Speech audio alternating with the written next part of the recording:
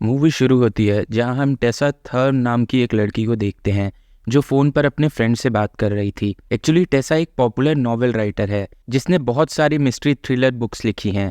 आज टेसा का उसकी फैंस के साथ एक मीटअप था जिसके लिए उसे लाइब्रेरी के लिए निकलना था। अब टेसा जल्दी से तैयार होकर लाइब्रेरी जाने के लिए निकल जाती है। ये अपनी गाड़ी में बैठकर लाइब्रेरी की लोकेशन सेट करती है और रवाना हो जाती है। लेकिन आगे चल करके इसके साथ कुछ ऐसा होने वाला था जिसके बारे में इसने कभी सपने में भी नहीं सोचा होगा। टेसा काफ़ी देर तक ड्राइव करने के बाद जैसे ही लाइब्रेरी के बाहर पहुंचती है तभी उसकी गाड़ी के पास एक औरत आती है। इस औरत का नाम रमोना था। एक्चुअली रमोना इस लाइब्रेरी में काम करती है। थोड़ी देर तक बातें करने के बाद टेसा लाइब्रेरी के अंदर आती है और अपने फैंस के सामने स्पीच देना शुरू कर देती है। अब मीटिंग खत्म होने के बाद टेसा जब वापस घर जाने की तैयारी कर रही थी तभी रमोना उससे कहती है कि मैं तुम्हें घर जाने का एक शॉर्टकट रास्ता बताती हूँ, इससे तुम जल्दी घर पहुँच जाओगी।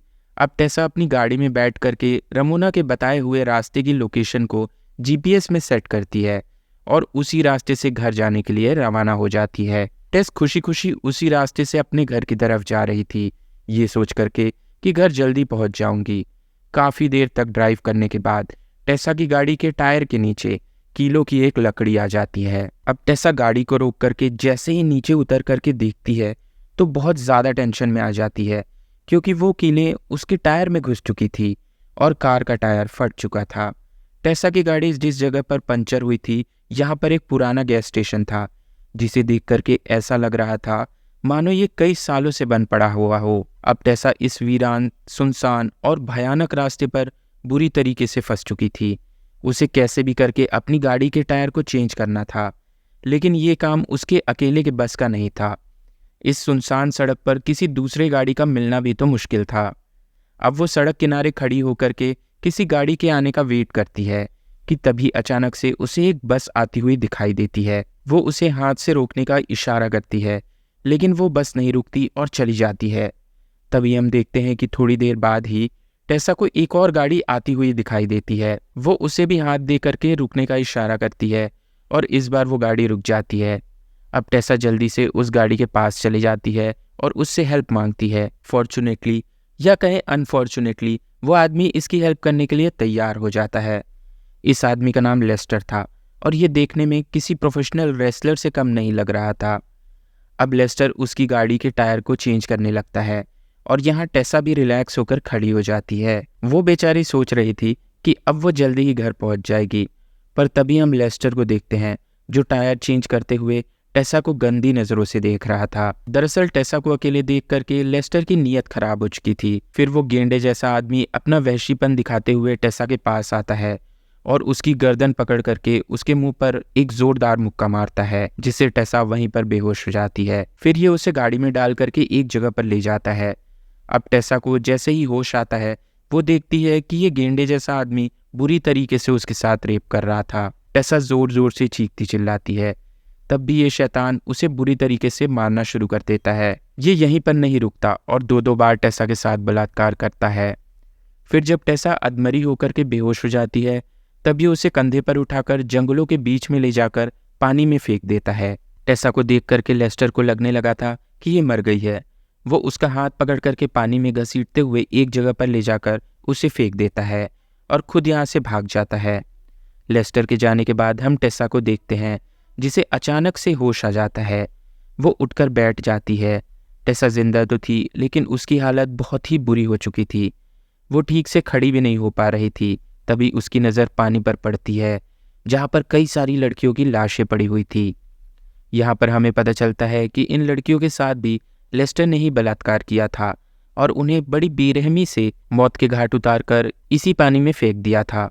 अब टेसा हिम्मत करके उस जगह से बाहर आ जाती है और लड़खड़ाते हुए अपने घर की तरफ जाने लगती है, लेकिन जाने से पहले वो अपने बैग को ढूंढती है और ज़ोर ज़ोर से रोने लग जाती है। वो अपने साथ हुए इस भयानक बलात्कार की वजह से बहुत ज़्यादा सदमे में आ चुकी थी। उसे समझ में नहीं आ रहा था कि वो करे तो क्या करे। टेसा बहुत ज़्यादा डरी हुई थी और लड़खड़ाते हुए अपने घर की तरफ जा रही थी। तभी उसे अपने पीछे एक गाड़ी आती हुई दिखाई देती है। वो डर के मारे झाड़ियों के पीछे छुप जाती है क्योंकि अब उसे किसी भी अनजान गाड़ी वाले पर बिल्कुल भरोसा नहीं था। उस गाड़ी के जाने के बाद ये वापस से अपने घर की तरफ निकल पड़ती है। काफ़ी देर तक चलने के बाद उसे एक शॉप नज़र आती है जहाँ पर जाकर के ये अपना हुलिया सुधारती है और अपने फ्रेंड को कॉल करके अपने साथ हुए बलात्कार के बारे में सब कुछ बता देती है। कॉल करने के बाद वो जैसे तैसे करके अपने घर पहुंच जाती है। अब घर आने के बाद वो सबसे पहले अपनी गन निकालती है और उसमें बुलेट लोड करती है ताकि वो अपने आप को लेस्टर से बचा सके, क्योंकि लेस्टर के पास इसका बैग था और उसमें इसके घर का एड्रेस था, जिसकी वजह से लेस्टर कभी भी यहाँ तक पहुंच सकता था। अब टेसा इस भयानक इंसिडेंट की वजह से बहुत ज़्यादा सदमे में थी, इतना कि वो अपनी चोटों का इलाज करवाने के लिए हॉस्पिटल नहीं जाती बल्कि घर पर ही अपना इलाज कर लेती है। फिर ऐसे ही थोड़ा वक्त गुजर जाता है और टेसा पूरी तरह से ठीक हो जाती है। फिर ये लेस्टर से बदला लेने का फैसला करती है और डिसाइड करती है कि चाहे कुछ भी हो जाए उसकी तो ताता थैया करके रहूंगी। फिर इसके पास एक कॉल आता है जिससे इसे पता चलता है कि उसकी कार रिपेयर हो चुकी है। एक्चुअली टेसा ने वो इंसिडेंट होने से पहले अपनी गाड़ी को वहीं पर छोड़ दिया था। अब टेसा जब अपनी कार को लेने के लिए पहुंचती है तब वहां पर हम एक और औरत को देखते हैं जो टेसा से पूछती है कि तुम्हें ये चोटें कैसे लगी थी। तब वो इस औरत को भी अपने साथ हुए बलात्कार के बारे में बता देती है। ये सुनकर ये औरत भी टेसा को बोलती है कि जब मैं छोटी थी तो मेरे बाप ने भी मेरे साथ जुल्म किया था और मार मार के मेरी आंखें बाहर निकाल दी थी। फिर थोड़ी देर के बाद टेसा अपनी गाड़ी को लेकर के घर के लिए निकल जाती है। घर आने के बाद वो अपने कंप्यूटर में देखती है, तब उसे पता चलता है कि लाइब्रेरी में रमोना ने उसकी एक फ़ोटो क्लिक की थी और उसी ने उसे शॉर्टकट रास्ते से जाने के लिए कहा था। टेसा यहाँ पर दिमाग लगाती है कि आखिर रमोना उसे शॉर्टकट रास्ते से जाने के लिए बार बार क्यों फोर्स कर रही थी। यहाँ पर उसे समझ में आ जाता है कि रमोना ने उसे फंसाने के लिए एक जाल बिछाया था और एक प्लानिंग के तहत जानबूझकर उसे शॉर्टकट के रास्ते से भेजा था ताकि लेस्टर रमोना को पकड़कर उसका बलात्कार कर सके। दरअसल लेस्टर रमोना का ही बेटा था। रमोना ने टेसा का फोटो क्लिक करने के बाद उसे लेस्टर को भेज दिया था और इसी फोटो की वजह से लेस्टर ने टेसा को पहचान लिया था। अब ये सोच करके टेसा को बेदम गुस्सा आ जाता है और वो रात होते ही अपनी गन उठाती है और रमोना की खटिया खड़ी करने के लिए उसके घर की तरफ निकल जाती है। अब जैसे ही रमोना घर के दरवाजे को खोलती है तभी सामने वो टेसा को देखती है जो उस पर गन पॉइंट करके खड़ी थी। टेसा को जिंदा देख करके डर के मारे रमोना की पैंट आगे से गीली और पीछे से पीली हो जाती है। यहाँ पर रमोना रोते गिड़गिड़ाते हुए टेसा के सामने हाथ जोड़ने लग जाती है और गिड़गिड़ाते हुए कहती है कि मैंने कुछ नहीं किया, लेकिन टेसा उसकी एक बात नहीं सुनती और जैसे ही गोली चलाने लगती है तभी रमोना मौका देख करके उस पर हमला कर देती है और उसकी गन छीन लेती है। अब रमोना टेसा को मारने वाली थी, तभी टेसा भी मौका देख करके उस पर अटैक कर देती है और उसको ऐसे धोती है जैसे धोबी कपड़े धोता है। उसके बाद टेसा गन लेकर के उसे गोली मार देती है जिससे रमोना का राम नाम सत हो जाता है। उसका काम तमाम करने के बाद टेसा अपने चेहरे से खून साफ करती है और वहां पर लगी हुई फोटो को देखती है जिसमें लेस्टर के साथ उसका छोटा भाई भी खड़ा था। फिर टेसा लेस्टर को देखती है जिसके हाथ में पट्टी बंधी हुई थी और वो अपना ट्रक लेकर के कहीं जा रहा था। तब टेसा उसका पीछा करते हुए एक सुनसान और वीरान जगह पर पहुंच जाती है। गाड़ी से उतर करके जब वो लेस्टर को देखती है तो वो उसे कहीं पर भी नजर नहीं आता। टेसा उसे चारों तरफ ढूंढने लग जाती है, तभी उसे एक ट्रक अपने तरफ आता हुआ दिखाई देता है। अब टेसा छुप करके देखती है कि शायद इसमें लेस्टर ही होगा। जैसे ही ट्रक रुकता है टेसा उसके पास जा करके उसके भेजे में गोली मार देती है। जब वो गाड़ी से बाहर आके नीचे गिरता है तब टेसा को पता चलता है कि ये तो लेस्टर था ही नहीं, बल्कि ये तो लेस्टर का भाई था जिसे उसने लेस्टर के साथ फोटो में देखा था। इस आदमी को मारने के बाद टेसा रोने लग जाती है और बहुत ज़्यादा दुखी होती है।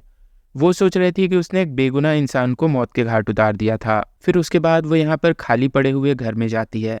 जब वो टॉर्च जलाकर देखती है तो उसकी आंखें खुली की खुली रह जाती हैं। दीवारों पर बहुत सारे फोटो चिपके हुए थे जिसमें लेस्टर और उसका भाई लड़कियों का बलात्कार करते हुए दिखाई दे रहे थे और फिर उन्हें बड़े दर्दनाक और बेरहमी से मौत के घाट उतार रहे थे। यहाँ पर टेसा को पता चलता है कि ये दोनों भाई और इनकी माँ आपस में मिले हुए हैं जो लड़कियों को एक प्लानिंग के तहत फंसा करके उनका रेप करके मौत के घाट उतार देते थे। तभी टेसा को याद आता है कि जब लेस्टर उसके साथ बलात्कार कर रहा था तब उसका भाई रेप होते हुए उनकी फ़ोटो खींच रहा था। तभी टेसा को कुछ आवाज़ें सुनाई देती हैं। जब वो जा करके देखती है तो उसे लेस्टर दिखाई देता है जो काम करने में बिजी था। अब टेसा अपने हाथों में गन लेकर के एक भूखी शेरनी की तरह लेस्टर की तरफ धीरे धीरे कदम बढ़ाने लगती है ताकि इस शैतान का शिकार कर सके। यहाँ पर टेसा अगर चाहती तो दूर से ही लेस्टर का भेजा उड़ा सकती थी, लेकिन ये तो उसे अपना चेहरा दिखा करके मौत के घाट उतारना चाहती थी। अब लेस्टर जैसे ही पीछे मुड़ता है तभी वो देखता है कि टेसा ने उस पर गन पॉइंट करके रखी है। टेसा को जिंदा देख करके लेस्टर भी शॉक हो जाता है। वो सोच रहा था कि इसको तो मैंने मार दिया था, ये साली अभी तक जिंदा कैसे है। अब लेस्टर जैसे ही टेसा को मारने के लिए आगे बढ़ता है तभी वो उस पर गोलियों की बौछार कर देती है। गोलियां लगने के बाद भी ये गेंडा टेसा पर हमला करने की कोशिश करता है। तब टेसा कीले लगी हुई एक लकड़ी उठाती है और लेस्टर के भेजे पर मार देती है। वो कीलें लेस्टर के चेहरे में घुस जाती हैं और वो दर्द के मारे चीखने चिल्लाने लग जाता है। फिर वो जान बचा करके भागने के लिए ट्रक में चढ़ने की कोशिश करता है, लेकिन अधमरा होने की वजह से वो भाग नहीं पाता। फिर टेसा उसके करीब आती है और उसके छोटे चेतन पर गोली मारकर उसका काम तमाम कर देती है। लेस्टर की मौत के साथ ही टेसा का बदला पूरा हो जाता है और इसी सीन के साथ ये शानदार मूवी बिग ड्राइवर खत्म हो जाती है।